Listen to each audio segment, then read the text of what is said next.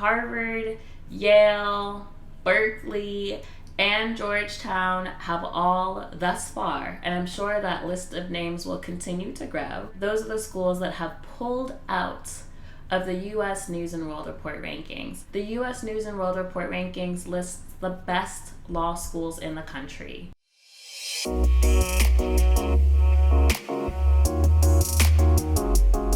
My name is Sydney Montgomery. I am the founder of Montgomery Admissions Consulting.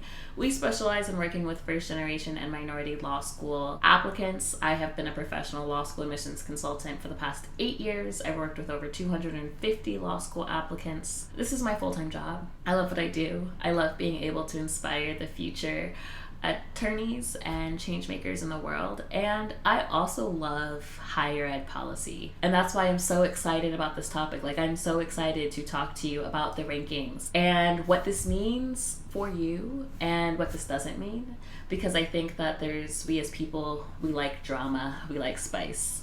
I've sent many popcorn eating memes this week to my higher ed friends. I'm sure many people are sipping tea ooh, US News, it's about time, right? So we love a good spice, we love a good drama, but I also want to explain to you how this actually affects you and how it doesn't affect you. So the US News and World Report rankings, like I said, they have the list of the best law schools in the country, and I also do college admissions, and it's very interesting, right? So for college admissions, there's US News, but there's the Washington Post has rankings, and Forbes has rankings, and Times has rankings, and everyone has rankings, right? And there's no definitive list of best rankings. And in most types of schooling, even MBA, right, there's not this is it, this is the list. But for law school admissions, this is the list. I'm sure there might be other people who try to make rankings lists, but the U.S. News and World Report list of best law schools is the list. When people are talking about top 14 law schools, it's according to the list. When people say, oh, so-and-so moved from 20 to 7, this is the list. This is the one list, the one truth, which is both interesting, a good thing, right, but also scary, right? Because U.S. News and World Report is, at the end of the day, a business. And they are in the business of making money. And how do you make money? Well, you make money by getting people to care about your rankings, right? It's important because people think it's important, but it's not actually in and of itself important. It just has a lot of prestige and a lot of people care. A lot of the things that go into the rankings may or may not be what actually makes a good law school. And so if you have been watching our channel, you know that I always say take rankings with a grain of salt. They're important because people think they're important. And so as a Black woman, I'm not going to say where you go to law school and the rankings doesn't matter, because some employers may think it matters, right? Things are important because other people think they're important. However, if tomorrow nobody cared about the U.S. News and World Report list, the list would literally lose its value. If we all just decided that the list was baloney, and employers decided that the list was baloney, and law schools decided that it was baloney, and applicants decided they weren't going to care, it would stop existing. I mean, it might still exist, but no one would read it. It would become obsolete. And so it's important to understand that the rankings have power because the stakeholders involved, employers and applicants and law schools themselves, I'm sure there's some other stakeholders, but the stakeholders involved have given U.S. News and World Report some power, right? They've said, we're going to make decisions because we want a certain place on this list in terms of law schools, right? We're going to make decisions because we want to go higher up on the list. We want to go higher up on the list because we think it will help us get more donations, maybe, from our alumni. Or, employers will want to employ our students more because they are now seen as more prestigious. We will be able to attract top faculty because they want to work at a school that's higher on the list. You see how this is all about the perceived prestige that comes from the list. And I think it's really important to explain that, because if you don't understand that the list is completely a construct of our own perception, then you won't fully understand the implications for schools deciding to pull out of the list. And here is the first myth or truth that I kind of want to give here, right? Myth that I'm going to bust, truth that I want to give. Schools deciding to pull out of the list doesn't mean that schools are no longer going to be ranked. I can make the Sidney Montgomery best list of law schools. No one cares. No one cares how I rank my law schools, right? Like, my list doesn't have prestige. But I can list and rank schools till I die. The schools are not participating. They're not giving me information, but I can still have a list, right? US News is not going to just remove Harvard and Yale and Georgetown and Berkeley from their list. They would have an incomplete list. They're still in the business of making money, and that's really important. So they're not going to disappear. I think there are lots of people who are like, well, oh my God, if Yale's not on the list, who's going to be number one? If Harvard's not on the list, who's going to be 1 and 2? Like, if Georgetown's not on the list, like, if these people are on the list, like, who's going to take their spots? It is quite likely that Yale will still be number 1. Still likely. Like, they could be number 2 or number 3, but, like, they're still going to be there. Their spot's not going anywhere. They are just refusing to give US News information on the survey that US News asks law schools to participate in, which might affect some of their scores, right? It's an algorithm, so there's a lot of things that go into that. And I think last year there was a lot of shakeup in the list, right? And that's because US News changed their algorithm, and one of those things that they changed was not so sexy, right? One of those things that they changed, if you remember from my video last time, is like, it was about like resources in a library and like certain librarian resources, and no one was reporting that because it's like not sexy. Like, who cares? I mean, people care, right? It's important, but it's not like a news where you're like, oh, so-and-so spends more on librarian resources, so they went up 3 spots. Nobody's saying that. But the methodology, it changes every year anyways. And there are a lot of data points that US News can get without schools participating. One of my good friends is Mike Spivey and Spivey Consulting Blog. I mean, these people, they know their data. He does a really good job of kind of explaining like which data points US News actually needs schools to participate in. I think, and I might be misquoting him, but I think he said it was like, there's only like 10 to 14% of the information that US News needs to make their rankings comes from the schools itself. Like, more than 80% of the data points US News can just get because it's publicly available information. I'm actually part of an organization called College Equity First. We have created a ranking system that evaluates a Black student experience, return on outcomes, diversity, accessibility at 109 of the top colleges, undergrads in the country. I believe in our list. I think it's important. But we used publicly available information or information that we could purchase, because you can always purchase data. We didn't use information that only the schools had. So I say that to say that US News can actually use a lot of publicly available data. And one of the things that they might do is they might change their methodology to rely less on schools. Like, they might be like, well, fine, don't participate. F you. We're going to rank you anyways. And now you're just not going to have any say. And the schools are like, well, okay, we don't care. That's why we're pulling out, because we think your list is garbage. So that's the first thing that I really wanted to highlight. The schools deciding to pull out of the rankings does not mean they will not be ranked. They will probably very much so remain on the list.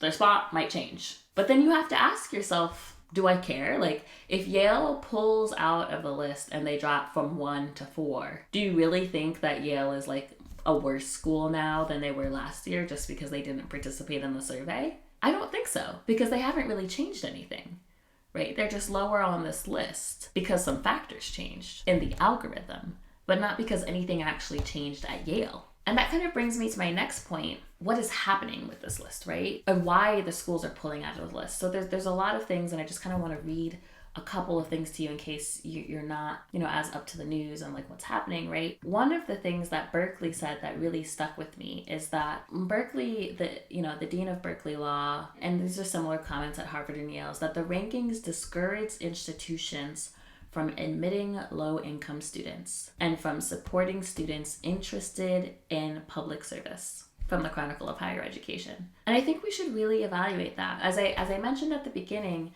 these rankings have power because people think they have power, and they make decisions because of that perceived prestige.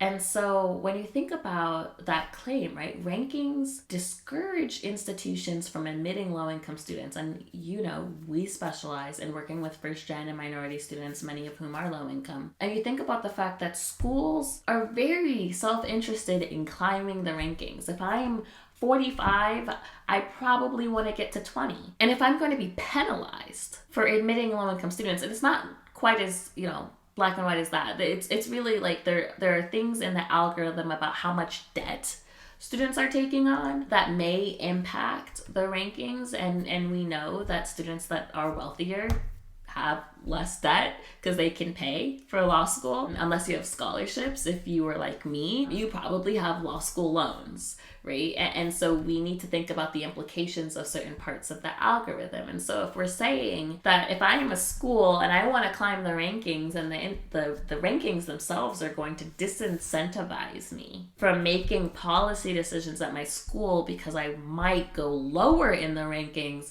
well, that's a problem. Because we absolutely should all be on the playing field of how do we increase access to higher education, to legal education for our most marginalized students, for lower income students, for BIPOC students, for non-traditional students. I mean, that's the game that we should all be playing. Like, how can we all increase access? And if there is a tool and a structure in place that is disincentivizing institutions from making policies to increase access, well, that is a great reason to pull out of the rankings. One of the things that Berkeley really prides themselves on is their commitment to public service. And Yale and Harvard and a few other schools, they have this really strong commitment to public service. And that's the second thing, right? Because one of the things that the deans were saying is that the rankings hold more prestige for the number of students that go into, or the percentages of students that go into high paying jobs. But there are some students that go into public service work, and there are some schools that really prioritize students going into public service work, and they're not going to have the same kind of salary. And so now if we are penalizing schools because a large percentage of their population, like, listen, it's different if they're not getting jobs.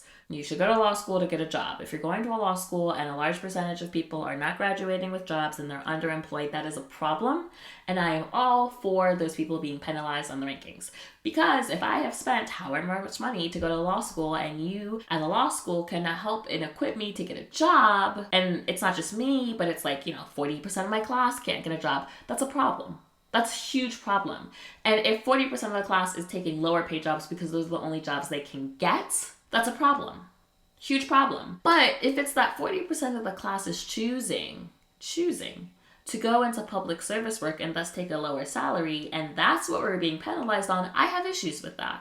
Because most people don't actually want to go to big law. Now, a lot of people do. A lot of people got a lot of money. I have a lot of friends in big law. There's no shade in that. But some people go to big law because they feel like they have to. And some people go to big law because their schools push them to. And if schools are pushing students to, because in the backdrop, there are all of these things about rankings and prestige and where are students going. And if that's motivating how you are influencing someone's life and their career paths, I have a problem with that. And again, that's a perfectly good reason to pull out of the rankings. There was this talk last year or the year before about adding more diversity measures into the US News and World Report rankings that never really quite made it in, which I think we should. I think we need to figure out what are the values that we want in terms of access to legal education. We want more under-resourced students being able to have access. We want students using their law degree for good. And we want schools to be incentivized to diversify. And right now, the rankings aren't doing either of those three things. Seems sus, right? Like I have always said, we take the rankings with a grain of salt because the rankings do not really say this is a better law school than this school. What the rankings say is people perceive this law school to be a better law school than this school. That is really what the rankings are. It is a ranking of perception. And again, as a Black woman in America, I'm not about to tell you that perception doesn't matter. It really does. I went to Harvard Law School. People think that I'm competent. I went to Princeton undergrad. I walk into rooms, and while they originally might be like, then they go, oh, well, she went to Princeton, Harvard Law School. And even the straightest of the white man is like, oh, well, you must be smart, right? So I'm not going to sit here and say that perception doesn't mean anything, because it does. And it's shitty because I could be an idiot. right? There's a lot of people who went to my schools that are not that smart. And there's a lot of incredibly brilliant people that went to schools that are lower ranked. And it does not mean that they're not smart. Right? If I were the same exact person, but I went to a really low-ranked law school and I went to my public state school from community college because that's what I could afford and that's what my pedigree looks like, it doesn't actually mean that I'm less smart or less capable or less deserving of a seat at the table. It just means that those are the schools that I went to for a wide variety of reasons. So I think we have to be careful with equating perception with actual prestige or perception with actual quality, while still understanding that I am always going to advocate for you to set yourself up for the best in your future. Like, I would love for us to be in a society where that doesn't matter, but that is not the society that we are in. So while I'm here on this good earth, I'm going to help you achieve the most that you can in a shitty system. Which means that while perception and prestige aren't really everything, and I really don't want you to associate your worth or your intellect or your capabilities with where you went to school, if you have the opportunity to go to a higher ranked school and it's a good financial decision for you and you're not going to set yourself up in a cycle of debt, then I think you should do everything to maximize your chances, because we live in a shitty, racist, homophobic world. So we have to work with what we've got. Rise to places of power so that we can dismantle them. That is always my thing. We must rise to dismantle. I digress, though. You are probably wondering, okay, well, Sydney, you've told me that rankings are just based on perception. You've told me I shouldn't be super concerned about U.S. News and World Report because their rankings had so many flaws, and in any ways that weren't actually advocating any of the values that I believe in. But I'm applying to law school, like, tomorrow. Like, what do I do with this? Like, what's going to happen? Understand that absolutely nothing has changed about the metrics that law schools are using to evaluate you. That's very, very important. Your application, like, if we want to get very selfish and just like the whole world revolves around me, you are not affected by this, right? This is about something that is not about you. So, like, Yale is going to use the same exact standards that they used to evaluate applicants last year. They're going to use to evaluate applicants this year, whether or not they submitted the survey to U.S. News and World Report. It has no bearing on how they are viewing your application. Same thing for Harvard, same thing for Georgetown, same thing for Berkeley. In a lot of respects, these schools already employed very holistic practices in their applications. They already had the leeway to do what they wanted. Like, if Harvard and Yale wanted to admit a class of straight 4.0 180s, like, oh my gosh, everyone would get fired. They would just hire a computer, boom, boom, boom. They fill their whole class. But that's not what they do. That's not what they do, right? In every class at Harvard and Yale and most of those top schools, there are students who are super deserving with scores in the mid 150s. Now, I'm not saying there's a lot of people like that, but there's at least one.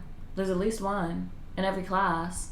Right? Like, there's lots of people who score in the 160s in every class, right? There's lots of people who have below a 4.0 in every class. Because why? Because they care about something more than just your numbers. Because they care about you as a person and what you can bring to the table and your background and your experiences and your hopes and your passions. And they're doing all of these things because they actually want to build a phenomenal class of people. They have always employed holistic decisions, which is why your essays are so important, by the way, because your essays are really where you get to show them all these things. And so well-crafted essays will go very far. Just little PSA there. But where it could get interesting is schools lower than maybe 40 who decide to pull out of the rankings. And not because the rankings mean something, but what it might signal is that they are no longer going to make decisions beholden to this list. Because here's the reality, right? Like, Harvard, Yale, they pulled out. U.S. News is not suddenly going to rank Harvard like number 100. Who would believe that? Nobody. Nobody would believe that Harvard dropped from 3 or 4 to 100. No one would believe it. They would throw the list out, and then everyone truly would stop caring about the rankings. So in order for the rankings to maintain their level of credibility and not be like completely crazy, the rankings for Harvard and Yale and Berkeley and Georgetown, like they're not gonna like drastically change without their school's information. Otherwise, they would produce a list that's pretty not believable, and then not usable, and then not important. But what could be interesting is schools 40 and below, who oftentimes the policies and the ethos, depending on the admissions dean at the time, this is not a blanket statement, there are no absolutes in admissions, but a lot of times, some of those deans, the goals are to rise in rankings. And so if that is a stated and expressed goal of an institution, they're going to make certain decisions about how they shape the class based on what that end result is. And if those schools who are already making decisions because of rankings, I promise you that Harvard and Yale were not making decisions based on rankings at any point in the last few years. Like, that's not really their goal. They don't need to. But there are schools and there are institutions that make decisions because they want to rise in rankings. And like I said, sometimes that's because they want better employment opportunities for their students or more alumni donors or whatever it is, right? If those schools were previously making decisions based on rising in the rankings decide that they will no longer be beholden to rankings, if they decide that they will pull out of the rankings and start making decisions not because of a list but because of what they believe in and the values that they have as an institution, then we might see some changes. And those changes might just be changes that will benefit you as an applicant. Because if a school is not so focused on, we have to rise our median 2 points, our median has to go up 2 points this year, our median has to go up 2 points this year, then when you apply with a below median score, it's not going to be like, we can't take them because our median has to go up 2 points this year, right? It's going to be like, well, why does our median have to go up 2 points this year? Oh, it doesn't? Because we're not caring about the rankings? Oh, this person is a lovely individual below the medians. We are no longer as stressed because we are no longer beholden to an arbitrary list that sets our values. We set our own values as an institution because we're awesome, and we are going to take this candidate because they're awesome, right? Like, then you get to start seeing some of those things, and it's only going to benefit applicants. It's great. We also might see some students who make better decisions in where they apply, because some of y'all, and I won't name names, but some of y'all only apply to schools based on what number they are on this stupid list. You have no idea if it's a good fit for you. You have no idea if it's in a geographic area that you like. You have no idea if they have any programs that you like. All you know is that they're a number whatever. And some of you make your list and you're like, I'm just going to go down the list. And I'm just going to boop, boop, boop, boop, boop, boop, boop, boop, boop. There's my list. I'm not going to research anything. I'm not going to know anything about the school. And so for some of you, it might be good because maybe you will put schools on the list based on the schools themselves and not just where they are on this list, which might mean that we might stop seeing so many random applications to school number 8 because they're now school number 8. We see this happen. Like, a school will go from like 13 to 8. I'm not mentioning any specific schools. These are random numbers. But a school might go from 13 to 8, and then all of a sudden, so many more people are applying to school number 8. They're the same school. They're the exact same school that they were last year to this year. And all of a sudden, people are like, well, here's my money, right? And so we might see less of that behavior. I think this is a good thing. I think that this is a cause for celebration because for so long, this list has negatively impacted stress, anxiety, and policies that do not create a more equitable legal landscape. And to see that list be dismantled and to reimagine a world in which law schools could actually focus on their own priorities and values, I think is a beautiful thing and a beautiful thing for applicants. If you're applying next cycle, I would not stress and spin yourself out and feel like, oh my God, who knows what's going to happen next year, blah, blah, blah, blah. And then, of course, people are like, well, and the LSAT might go away. The LSAT's not really going to go away. Like, we might be test optional, but here's the thing that you have to understand about lawyers and the legal profession. Mostly things move slowly. Like, we're not going to wake up tomorrow and no one's taking the LSAT and the list is gone and like complete free-for-all chaos. It's not gonna happen. And so I think we tend to like catastrophize in our head, and we're like, there's the structure that I know and I knew how to play this game in the system, and now next year there might be no structure and no system and I don't know how to play that game and I have to apply right now. Don't do that, right? Like, I don't want anyone making any rash, quick decisions because of all the changes. I invite you instead to think of it as a beautiful opportunity for a reimagining of a new landscape in which we can start to have a legal profession that somewhat remotely reflects the citizenry of this country. Only 2% of lawyers are Black women. That's ridiculous. Something like less than 1% of lawyers are LGBTQ. That's not okay. That is not a reflection of our society. And we really need to start thinking about what are the vehicles and the gatekeepers that are continuing to perpetuate the lack of movement in access and equity in law school admissions. And for that, I feel like everything is fair game, because we are in a place where we truly need to reimagine a new landscape so we can actually have equitable legal representation for all. Those are my thoughts on US News and World Report and on the rankings. I'm excited. Every day, it's like someone else is dropping out, and I'm like, yes. I'm probably a little bit too excited. So guys, as you go through and you hear all the things, who knows? Who knows what's going to be on the news tomorrow? Who knows? But just remember that you are called here for a purpose and absolutely in the right place at the right time. And we'll see you guys very soon.